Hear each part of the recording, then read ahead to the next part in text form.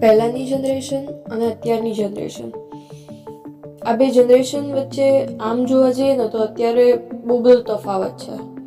એ વખતની જનરેશનને જો અત્યારની જનરેશન સાથે કમ્પેર કરવામાં આવે તો આપણને ખ્યાલ આવે કે પહેલાંની જનરેશનમાં ઓનલી ઓન એજ્યુકેશન ઉપર ફોકસ કરવામાં આવતું હતું કે છોકરો કે છોકરી કેટલું ભણેલી છે કે ભણેલો છે. 12th પછી એ લોકોની પાસે એક જ ઓપ્શન હતો, ડિપ્લોમા કે પછી ગ્રેજ્યુએશન કમ્પ્લીટ કરો. બસ ગ્રેજ્યુએશન પછી શું કરવું છે એ ખરેખર એ લોકોને ખબર જ નથી હોતી. બસ એટલું માઇન્ડમાં ફિટ કરેલું હોય છે કે બસ ગ્રેજ્યુએશન કરીએ એટલે પછી લાઈફ સેટ છે. ગ્રેજ્યુએશન પછી કંઈ બી સ્ટાર્ટ કરે એટલે ત્યારે બી એ લોકોને એવું થાય કે બસ આટલું કરીએ પછી લાઈફ સેટ છે. અત્યારે જોવા જઈએ તો એજ્યુકેશન કરતાં ઇમ્પોર્ટન્ટ સ્કિલ ડેવલપમેન્ટ એ બહુ ઇમ્પોર્ટન્ટ થઈ ગઈ છે. એજ્યુકેશન કરતાં અત્યારના બાળકોની અંદર વધારેમાં વધારે સ્કિલ ડેવલપમેન્ટ અને એ લોકોને એક્સપિરિયન્સ કેટલો છે એ વાતની ઉપર ફોકસ કરવામાં આવે છે.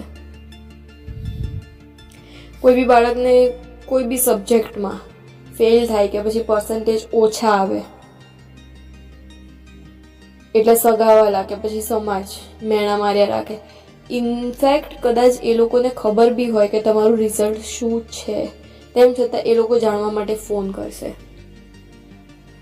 કે અમારા છોકરાનું તો રિઝલ્ટ આવી ગયું, આટલા પર્સન્ટેજ છે, તમારા છોકરાનું રિઝલ્ટ શું આવ્યું, ક્યારે આવવાનું છે, જાણી જોઈને લોકો પૂછે છે. અને એ નેગેટિવ વાતોના લીધે, એ નેગેટિવ કોમેન્ટના લીધે આપણે આપણો આત્મવિશ્વાસ ખોઈ બેસીએ છીએ. ડઝન્ટ મેટર કે તમારે પર્સન્ટેજ કેટલા છે, ડઝન્ટ મેટર કે તમે કયા સબ્જેક્ટમાં એક્સપર્ટ છો, મેટર એ છે કે તમને તમારી ઉપર કોન્ફિડન્સ કેટલો છે. કોઈ પણ એવું ફિલ્ડ છે કે જેમાં ભલે તમે પાસ છો કે ફેલ છો, ઇમ્પોર્ટન્ટ એ નથી. કોઈ પણ એક ફિલ્ડ એવો હોવો જોઈએ કે જેની અંદર તમે આગળ વધી શકો. તમે કદાચ કોઈ ફિલ્ડમાં આગળ વધો તો પણ બરોબર, તમે એજ્યુકેશનમાં આગળ વધો તો પણ બરોબર, ડૉક્ટર, એન્જિનિયર કંઈ પણ થાવ, તમારા બેકગ્રાઉન્ડમાંથી સતત નેગેટિવ અવાજ તો આવવાનો જ છે. ખાસ કરીને લેડીઝ માટે.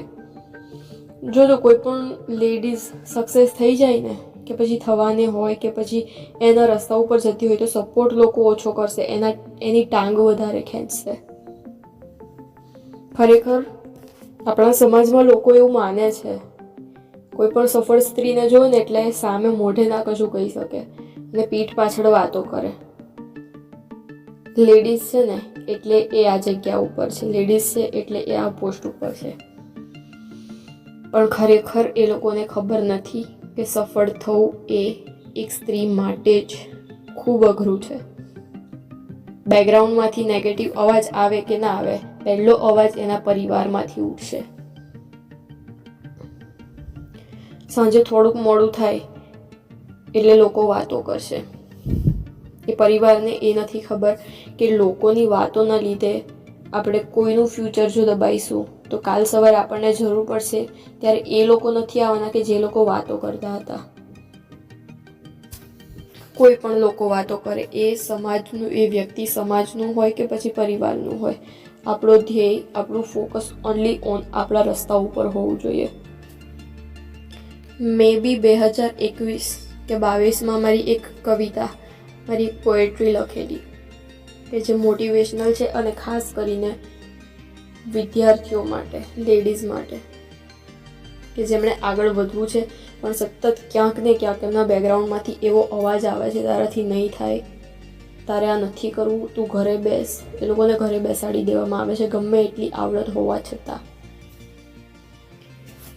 કે સૂર્યોદય નિહાળી રોજ મુજને જુસ્સો જાગે છે, કે સૂર્યોદય નિહાળી રોજ મુજને જુસ્સો જાગે છે, પાછા ફરતા કાળા દિવસો હોય એમ કેમ લાગે છે, કે દુનિયા મારી મુઠ્ઠીમાં કેદ કરી લીધી છે મેં, અને આ આંગળીઓની તિરાડમાંથી ઉન્નતિ મને તાકે છે.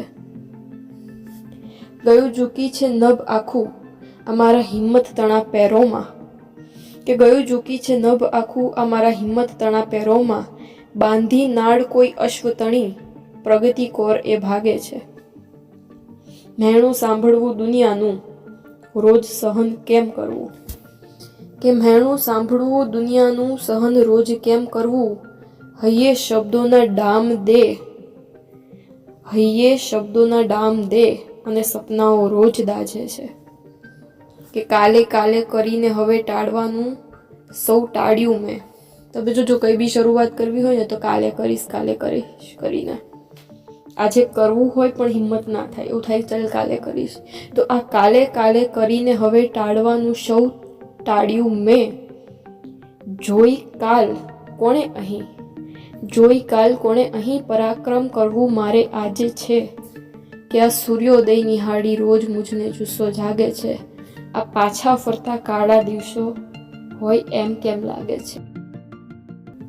તો આશા છે કે લોકોની નેગેટિવ કોમેન્ટ અને વાતોને લઈ અને તમે સ્ટોપ થવાને બદલે તમારા ધ્યેય, તમારા માર્ગમાં આગળ નીકળો, જુસ્સો લઈને જુઓ કે તમારી મુઠ્ઠી જે છે એની આંગળીઓમાંથી ઉન્નતિ તમને તાકે છે. એ મુઠ્ઠી તમારે જ ખોલવાની છે, કોઈ બીજું વ્યક્તિ નહીં આવે. પગમાં નાળ બાંધવાની છે કોઈ અશ્વતણી, અને તમારે ભાગવાનું છે તમારા સફળતાના રસ્તામાં.